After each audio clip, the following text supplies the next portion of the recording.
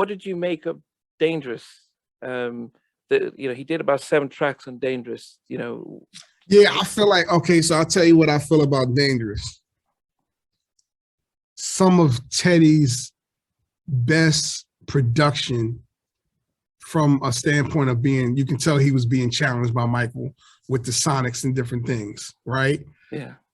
Arguably, Remember Tom is still probably one of my favorite, songs. I mean, him and Bernard Bell just went in on that, right? Yeah. I felt that they should have let Teddy just mix the whole album.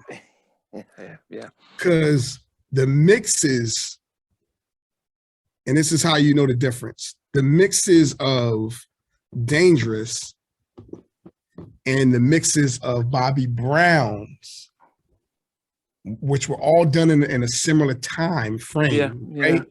If you put Bobby Brown's album on right next to Michael's, you'll hear the knock is way harder. Right? So it's like, and I know what that means. That means that Michael had like his teams of mixers that he was used to working on it. But when Teddy did Bobby Brown, it's like Teddy and his squad. It's just Teddy and John Marie, whoever it was in his squad. And you hear the difference when you hear That's the Way Love, that's the way that's the love way it goes. Yeah. She can play that thing. Yeah, One to More compare a Night. game and One More Night is something in common and all. You just hear the roundness, you hear the heaviness, you hear that's Teddy. Yeah. And that's what I wanted for Dangerous. So when I hear certain songs on Dangerous, I hear all the sounds cutting through and I hear all of that. But I'm also like, man, can you imagine if Teddy would have just been allowed to mix it himself? Yeah, I bet you there's demos. Yeah. I bet you there's demos that knock harder than the actual mixes that came out on Dangerous. I guarantee it.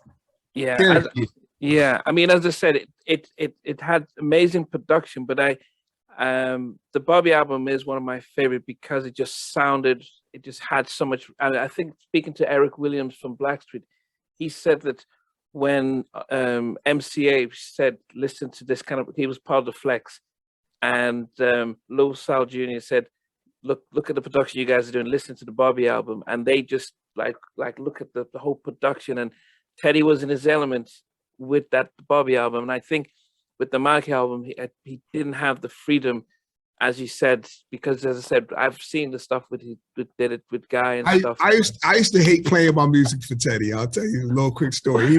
He doesn't even know this. The only person that knows this is my brother. So when I first got the opportunity to play my music for Teddy, the first time when my dad drove us to Virginia Beach, that 6-hour drive, and I got a chance to play it and to see him and Big Bub and all the people in the room went crazy, right? And that was such a moment for me. And Teddy told me, man, you can come down here anytime you want. And I would come down and I would be down there. And anytime Teddy's like, yo, you got something you want to play me? Whenever I play it and hear it in because he had the best sound in the world coming from, I'm coming from the basement in Jersey. So now I'm hearing it and I was supposed to be heard.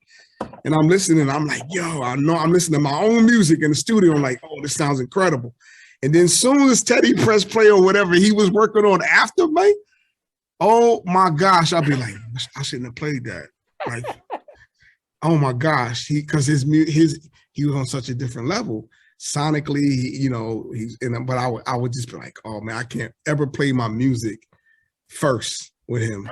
Because if he plays his music after me, he's just gonna go like this. And so it would humble me. I would tell my brother, I'd be like, yo, did you hear how it sounded? Like, we got to go back to work. Like, yo, we not there yet. Like, listen to the way his stuff sounds. And I know he had millions of dollars worth of equipment, and I was working with like $500 worth of equipment, right? But it was just like, man, I can make it sound better, and I can make it sound better. So that was my goal. Every time I left, my goal was to come back better. Wow. Every time go back and be like, okay, now when I play and stuff, then I would see the difference. I would see him like, oh, you've been working. Oh, you've been working. Wow. I'm tooling myself. I'm getting better because I'm listening to a master. Imagine you a basketball player and you're 14 years old and you have access to LeBron James or Kobe Bryant or Michael Jordan. That's what it was for me. Yeah. I had access to a master. Thanks for watching. Please remember to subscribe to the channel, but most importantly, to press the notification bell so that you can be notified when we do have a new interview. Loads to come, but thanks a lot for watching.